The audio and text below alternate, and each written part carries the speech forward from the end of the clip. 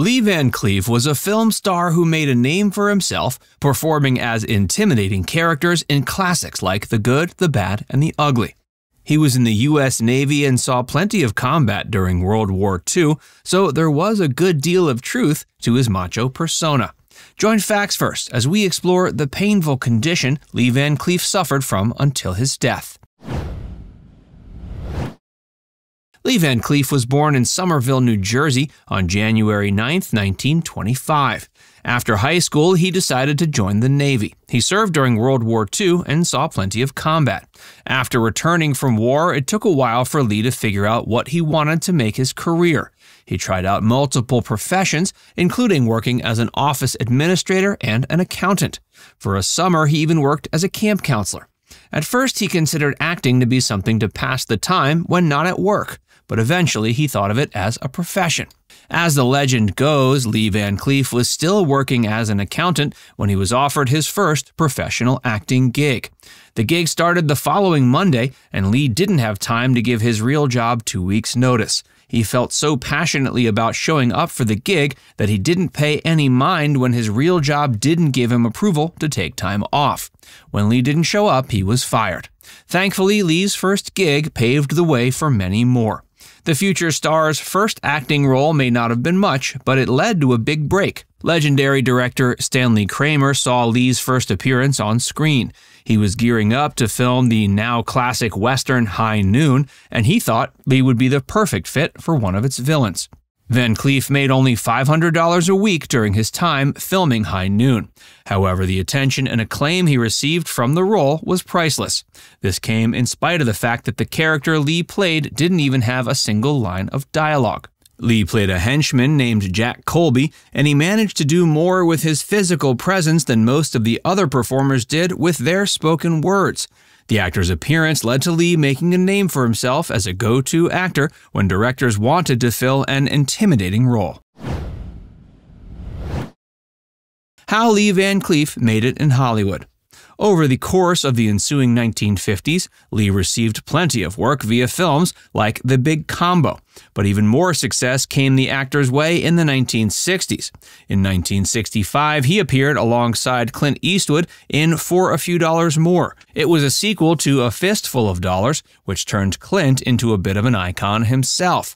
The draw of For a Few Dollars More was the chance to get to see two Western heavyweights fighting side by side. Both Lee and Clint were pretty big deals internationally before signing on to the picture, and its success made them more famous than before. For a Few Dollars More was directed by Sergio Leone, and Lee Van Cleef went on to work with both Sergio and Clint in the film's sequel. Titled The Good, the Bad, and the Ugly, the sequel was an even bigger success. Today, it's considered to be one of the most classic westerns in cinema history. The success of the film turned Lee into an all-out legend in his own time. Numerous pieces of media have been inspired by Lee's appearance in The Good, the Bad, and the Ugly. One character that's based on Lee is Revolver Ocelot from the video game franchise Metal Gear Solid. Another is Lucky Luke from the comic book series The Bounty Hunter. Lee's visage may not be parodied as often as Clint Eastwood's, but it's certainly plenty iconic. Van Cleef starred in two separate pictures nominated for Best Picture at the Academy Awards. The first was High Noon.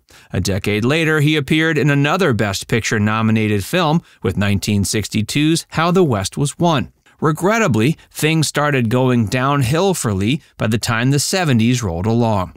The last of his westerns to be released was 1977's Vengeance, though God's Gun in 1976 was technically the last western he filmed. Both of these features saw the established western icon playing second fiddle to Leif Garrett. Leif may have been the hot new thing at the time, but he was much younger and less experienced than Lee. That may have been why the actor decided not to film any more westerns after the 1970s. Lee Van Cleef's later career. During the 1980s, Van Cleef starred in a TV series called The Master. It came on the air in 1984, and it saw Lee move from Western action to martial arts. He did well in the role of a martial arts hero, all things considered. Still, the series didn't last long. One episode was titled The Good, the Bad, and the Princess, proving that what Lee was always going to be remembered best for was his role alongside Clint Eastwood in his classic spaghetti westerns. Lee Van Cleef sadly didn't get much notable work during the 1980s, and this fact is made even more tragic in retrospect when you consider some of the now iconic roles he narrowly missed out on. For one thing, the actor was considered for a significant role in John Carpenter's The Thing. If he'd been cast in the film, Lee would have played M.T. Gary, the commander of the research station that the movie took place in. In the film proper, the role ended up being played by British actor Donald Moffat. Being cast in The Thing wouldn't have done much for Lee's career at the time, as it was a box office flop derided by critics. But it has since been re-evaluated and now considered to be one of the great films of the 80s. Another notable role Lee was almost cast in was that of Brad Whitaker in the 1987 James Bond film The Living Daylights. That role ended up being played by Joe Don Baker, who appeared in several more Bond films in varying capacities after that. Lee was married 3 times and had 3 children during his first marriage. At the time of his death in 1989, he was still married to his 3rd and final wife. The cause of Lee's death was listed as a heart attack, with throat cancer being noted as a secondary cause. He was 64 years old. Several decades before his passing, he suffered a car accident that permanently affected him. This was in 1958, and it caused a serious knee injury that nearly made it so Lee could never ride a horse again. Of course, this would have greatly affected his career as an actor in Western films. Lee ended up getting back on a horse only 6 months after the affliction, though the accident caused him pain that never abated until his death. The fact that Lee would become permanently injured by a car crash is ironic when you consider the fact that the actor escaped unscathed from active combat in World War II. He also lost the middle joint of one of his middle fingers during an attempt to build a treehouse for one of his daughters. Lee's career in the U.S. Navy. Lee began training to take part in the U.S. Navy in 1942, and pretty soon he was a submarine chaser aboard the USS SC-681. During this time, it was his duty to hunt down U-boats from Germany.